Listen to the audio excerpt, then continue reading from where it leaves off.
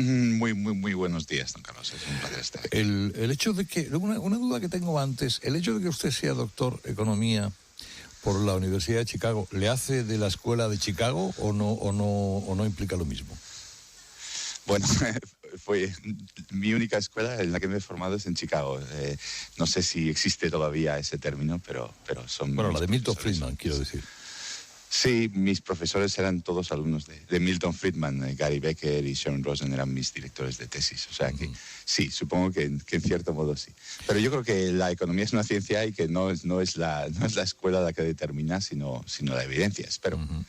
Bueno, y de las evidencias, ¿usted encontró ayer evidencias en la comparecencia de Pedro Sánchez o realmente era un discurso bonito de supuestos futuribles, pero sin concreción? Bueno, no sé, quizás asistimos a algo que pretendía ser muy moderno y que es algo de lo más antiguo de la historia de España, ¿no? El rey rodeado de su corte con un músico, por cierto, mediocre, presentando la llegada de un galeón que todavía no había llegado, cargado de oro y explicando cómo se lo iba a gastar todo el oro. La pena es que normalmente en nuestra historia, primero, los 27.000 millones ni han llegado, ni se ha mandado el pleno a Bruselas, ni sabemos que nos los van a dar, ni nada. Y segundo, el gasto tiene que ser productivo para que luego redunde en beneficio de la economía. Todo aquel oro que se gastaba en construir cosas tan hermosas como el Escorial, luego no resultó que España se aprovechara de él, ¿no? Bueno, para empezar, los fondos europeos en 6 años están pensados en unos 170.000 millones de euros. Pero España es país de ponedor, para entendernos, con lo cual también va a tener que poner para que se reparta parte de ese dinero, con lo cual son menos de 170.000. Y de lo que yo entendí ayer es que el total de todo ello quiere gestionarlo Sánchez, a pesar de que sean 6 años, en 3. Como si se los fueran a dar todos de golpe. ¿Eso va a ser así? La realidad efectivamente es que la transferencia neta es mucho más pequeña, se acerca más a los 30.000 que a los 140.000. Y es verdad que ayer el presidente Sánchez puso directamente ya en su presupuesto la piel de un oso que no había cazado, digamos, ¿no? O sea, realmente el año que viene no nos van a transferir esos 27.000 millones, efectivamente, no va a haber una transferencia así, seguro. Se trata, el gobierno italiano ha puesto 14.000, Italia recibe más y es mucho más grande y ha puesto 14.000 de transferencias en su presupuesto. Yo sinceramente no sé de dónde sale de este dinero y no sé cómo ha hecho el cálculo, no nos lo han explicado y espero que lo expliquen, ¿no? ¿Le preocupa el destino arbitrario que pueda darle el gobierno a esos millones? Me preocupa el destino arbitrario y sobre todo el destino poco productivo. O sea, de lo que se trata es de que realmente se hagan las reformas que España necesita, se invierta en las cosas las carencias tan graves que tenemos y que están identificadas, y que se invierta con control y no de manera politizada. Creo que el dinero quizás va a asegurar o va a ir destinado a asegurar la reelección del presidente del gobierno. No estoy seguro que vaya destinado a asegurar que las familias españolas realmente se recuperan de este palo que están recibiendo. Los 800.000 puestos de trabajo en 3 años, también ha elegido una cifra simbólica, porque es una canción que ya escuchamos antes, ¿no? Sí, algunos... sí, perdón. No, diga. Sí, algunos que tenemos memoria para aquello nos acordamos del presidente Felipe González y su campaña del 82. Y luego Felipe González dijo una cosa que creo que aprendió la lección, ¿no? Él dijo... yo prometí en la primera legislatura crear 800.000 empleos y al final los destruimos. Aprendí a callarme, porque los empleos los dan los empleadores y no el Estado. Me parece que fue una lección muy útil del primer presidente del gobierno socialista, que a lo mejor el último lo debería recordar también. O sea, ¿qué concreción le faltó ayer en la comparecencia de Pedro Sánchez? Yo diría, le faltó la palabra reforma. No habló de ninguna reforma y creo que España necesita reformas y eso salta a la vista. Con el desastre que ha sido la gestión entre todo nuestro Estado descentralizado y sin ninguna coordinación, con el desastre de los datos, la gestión en sanidad, la gestión en educación, que ha sido toda improvisada. Hacen falta reformas profundas.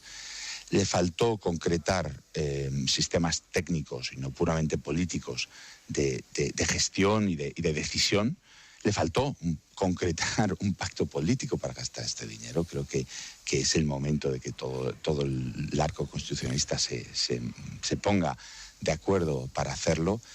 En definitiva, yo creo que le sobró política de corta mira y le faltó sentido de largo plazo de España, ¿no? Y sobre todo, yo diría, volviendo al principio, el tema de reformas, ¿no? Creo que fue una palabra que faltó y creo que la echamos mucho en falta. ¿Qué reformas pide o exige Bruselas a cambio de ese dinero que, recordemos, son condición sine qua non? ¿Y qué suponen esas reformas? Bueno, hay un proceso europeo que todos los años da unas recomendaciones a cada país. Y en ese proceso que trabaja primero la Comisión y luego trabaja también el Parlamento y luego el Consejo finalmente, el Consejo de los gobiernos, lo que surgen son una página, ¿no? Una carita en la que se dicen las cosas que hacen falta urgentemente, ¿no? Y en España llevan siendo las mismas que digamos diciendo los economistas que observamos España y gran parte de los observadores internacionales desde hace mucho tiempo, y son, bueno, nuestro sistema educativo genera el mayor abandono escolar de Europa. Sistemáticamente los niños españoles heredan más que ningún otro niño de Europa la desigualdad de sus padres, es decir, cuando los padres no han ido no han continuado después de la secundaria, los niños no lo continúan, cosa que no debería ser que el sistema dé iguales oportunidades a todos. El problema de la precariedad laboral, el problema de que nuestro empleo se destruye y se crea con una facilidad pasmosa, con lo cual hay mucha precariedad, mucha inseguridad y mucho miedo. El problema de nuestra administración pública, a la que me refería antes, son una serie de temas clave sin los cuales es muy difícil que un país crezca y salga adelante. Explíqueme de manera lo más sencilla que usted pueda por qué. Parece que hay o todo el mundo dice lo mismo, o es una frase hecha, pero que en tiempos catastróficos como este, los gobiernos lo que tienen que hacer es gastar más. ¿Gastar en qué y cómo? Sí, la idea es que el gobierno tiene una capacidad de endeudarse y con tranquilidad, y sobre todo ahora que el Banco Central Europeo pues compra toda la deuda que se emite, que no tienen a lo mejor las familias y las empresas, y que puede dar un colchón a la economía cuando ésta se derrumba, ¿no? En realidad es casi un seguro lo que ofrece el gobierno. El gobierno pone esa actividad cuando falta y luego la recupera. El keynesianismo tiene que ser cuando va para arriba y también cuando va para abajo. No gastar más en los malos momentos y luego no gastar menos en los buenos. Hay que hacer las dos partes, ¿no? Y esa idea de que el gobierno sirva un poquito como seguridad para toda la economía, creo que está compartida por un amplio espectro de analistas, todos los economistas. Eso sí, teniendo claro cómo se garantiza la sostenibilidad financiera a medio y largo plazo. Y quizás eso es lo que más puede preocupar de los planes que se elaboran, ¿no? Que suponen incrementos, lo que llamamos estructurales del gasto. ¿Qué quiero decir con eso? Quiero decir que es como una familia que se compra un nuevo coche y ahora el coche necesita seguro de automóvil en este caso, y gasolina. Y si la familia le ha tocado lotería, se lo gasta en un coche, pero luego no tiene cada mes para el seguro del Ferrari, que cuesta un dineral, y la gasolina del Ferrari, pues lo va a tener aparcado en el garaje. Entonces, lo que aquí quizás ha sobrado ha sido mucho compromiso de gasto, que es recurrente, y no inversión, que sirve para que la economía sea más productiva. Esa distinción no se trazó ayer, y creo que es una distinción que tenemos que exigirle al gobierno, que no es de nuevo un plan E, pero con ordenadores en vez de con aceras, sino que es un plan que realmente va a incrementar la capacidad productiva de España y que, por tanto, lo vamos a poder continuar con el gasto que se haga, ¿no? Uh-huh. Y eso también lo decía Friedman, que dedicó parte de su carrera a criticar a Keynes. ¿Estaba de acuerdo con eso? Yo creo que todos los economistas, incluidos los que siguen a Milton Friedman, en un momento en el que se ha parado, hemos metido la economía al congelador, es algo que, por cierto, nunca habíamos visto, el que fuera el Estado el que para, ¿no? El Estado siempre quiere animar a la economía, o bien con estímulos de oferta, oye, vamos a hacer la economía más productiva, como estaba comentando yo, o bien con estímulos de demanda, como decía Keynes. Pero siempre, en toda la historia, los Estados quieren que la economía crezca, cree empleo, etcétera. Y realmente lo que hemos hecho este año, que es decirle a la gente, oiga, quédese usted en su casa, no produzca, no consuma, no había pasado nunca en la historia, ni siquiera en las guerras. Y en un momento así, realmente, si dejamos que todo se derrumbe, realmente terminamos mal. Entonces, sí, es un momento en el que el Estado tiene una función un poco de seguro para todos y la está ejerciendo en todo el mundo. Le quiere saludar Pilar García de la Granja. ¿Qué tal, profesor? Buenos días. Muy buenos días. Yo tenía dos preguntas para usted. La primera, sobrevuela que este dinero que va a llegar a España, poco menos que se va a repartir para garantizar una posible reelección del presidente del gobierno. Mi pregunta en este caso ¿es posible que haya controles de la Unión Europea a este dinero que va a llegar y que forma parte del presupuesto de la Unión Europea para 7 años y que el presidente ha prometido en 3? Y la segunda tiene que ver más con su visión sobre la situación económica en España. ¿Cuál es la fotografía que visualiza usted en los próximos meses, ¿no? Porque tenemos desde la parte absolutamente positiva del gobierno hasta otra visión muy catastrofista, ¿no? Entonces, ¿usted qué fotografía ve? Sí, sobre la primera pregunta creo que la sospecha está justificada, porque aquí ha puesto al señor Iván Redondo a cargo del dinero y uno realmente justificadamente se pregunta, cuando el señor Redondo y el señor Sánchez se reúnen, ¿es para hablar de cómo mejoran la capacidad productiva de España en la próxima década o es para hablar de los prospectos de reelección? Yo sinceramente creo que el trabajo del señor Redondo es político, es de comunicación y que, por tanto, su recomendación de uso de los fondos será destinada a esa reelección. Creo que ese es el trabajo para el que le han nombrado y será el trabajo que haga. Y me parece muy triste. Creo que este dinero tiene que usarse no para gasto para los fastos de la reelección, volviendo un poco al símil del rey Felipe II recibiendo los galeones, sino que tiene que usarse para invertir en el futuro de España, ¿no?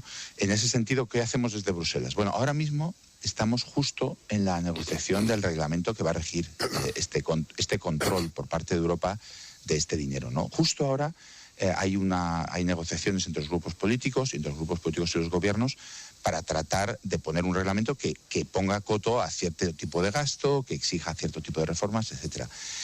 Nuestro deseo es que efectivamente ese control exista y que Bruselas pueda decir, oye, por ejemplo, si deshaces una reforma importante como la reforma laboral, como las reformas de pensiones que se hizo, pues no te vamos a dar este dinero. Si usas el dinero para gasto estructural que va a dejar a tu economía tocada, no te vamos a dar este dinero. Entonces, eso va a ser algo que tenemos que ver ahora, que hay gobiernos, evidentemente, que tratan de quitarse cualquier control de encima, como el español, pero creo que al final el reglamento tendrá estos controles. En cuanto a segunda, ¿cuál es la perspectiva de la economía española y cómo estamos? Bueno, vamos a tener un derrumbe sin precedentes de la producción, del Producto Interior Bruto, de todas las variables económicas este año, que a mí me preocupa por lo siguiente: es mucho mayor que en otros países europeos. Es decir, se va a abrir una brecha que llevábamos décadas cerrando, esa convergencia hacia Europa. Entonces nos vamos a retrasar. Y a mí me preocupa que España entre en una espiral en la que nos retrasamos, en la que empieza la gente a ver un endeudamiento muy largo, muy grande, los jóvenes empiezan a preocuparse y se empiezan a ir a trabajar a otros países del mundo porque no ven oportunidades. Y entonces, si los jóvenes se van, hay que pensar quién va a pagar las pensiones. Entonces, hay ahí un riesgo de que España entre en una especie de decadencia, y de verdad que no quiero asustar a nadie, pero realmente es por eso por lo que me parece tan urgente que se eche esta oportunidad histórica para evitar eso y para construir un futuro mejor, y no para mirar a 3 años a ver cómo hacemos unas elecciones generales en las que gane este mismo presidente de gobierno. José María Fidalgo. Luis, soy José María Fidalgo. Hola, muy buenos días. Vamos a ver. María, un placer. Ya hemos hablado más veces tú y yo de estas cosas. Sí, muchas veces. Vamos a ver. Yo, ayer, lógicamente, esa rueda de prensa no la vi porque no me gustan tampoco los espectáculos estos, aunque sea sin pianista. Bueno. Tengo para mí que la visita que va a hacer dentro de una semana la presidenta de la Comisión, donde van a estar presentes, por ejemplo, los gobernantes de las comunidades autónomas, es una visita para responder a muchas de las cosas que están en el candelero. Yo quería preguntarte una cosa concretamente. El modelo productivo en España no se ha conseguido cambiar en mucho tiempo, y no me refiero solo al modelo político, sino al modelo de la economía real. O sea, yo creo que es un modelo muy pequeñita empresa, sectores fundamentalmente de servicios de bajo valor añadido, y eso da como resultado tipo de salarios, el tipo de precariedad, etcétera, etcétera. Esto no se va a poder cambiar ahora, pero yo creo que entre todos habría que convencer a la gente de que ahora es una oportunidad y de que si se pierde, los políticos van a poder hablar muy poco de economía en el futuro. Entonces, me gustaría que me explicaras esto. ¿Hasta dónde se puede cambiar un modelo económico? Yo una conversación que tuve, que no se me ha olvidado en la vida, con el profesor Modigliani, que no era precisamente keynesiano, y que hablaba de los choques asimétricos y de por qué unas economías sufren más y otras menos. Esto es un intríngulis que me parece a mí que tiene bastante más importancia de que si suben o bajan los impuestos de forma temporal. Sí, la idea del choque asimétrico, por decirlo a los ciudadanos, es que nos parecía que el virus nos afectaría a todos igual y que sería lo que se llama un choque simétrico, un choque para todos, y termina siendo efectivamente, José María, un choque que nos afecta más a unos económicamente, que a otros. A nivel mundial, cada país la economía la tiene afectada. Muy diferente. Muy diferente. Nosotros tenemos efectivamente una economía más basada en el contacto, el contacto personal, que es el turismo, que es los restaurantes, que son los bares, que es los hoteles. Eso ha sufrido muchísimo. El tamaño de la empresa. Exacto, tenemos una economía con empresas muy pequeñas. Las empresas muy pequeñas, cuando viene una crisis, no pueden aguantar, no tienen tesorería, no tienen acceso a financiación. Y tenemos una economía efectivamente con niveles de productividad bastante bajos y además con mucha precariedad laboral, ¿no? Entonces, es verdad que en cuanto viene una crisis, pues todos los contratos temporales dejan de renovarse, todo el mundo a la calle, llegamos a los 4 millones otra vez de parados y llegaremos a más. Y es muy fácil, y nadie más le pasa. ¿Por qué? Efectivamente, por lo que se llama un poco ese modelo productivo, esta idea de que España tiene una economía que todavía no es una economía sólida y robusta. Es una economía que llega a un soplo de viento y se la lleva por delante. Y la gente pensaba que el euro era un escudo, y el euro no es un escudo para esto, ¿no? No lo ha sido para eso. Podemos prescindir de nuestras ventajas, que son pues el turismo y el sol, y el que es un país maravilloso para vivir y que se come muy bien y se vive muy bien. No, son buenas ventajas, ¿no?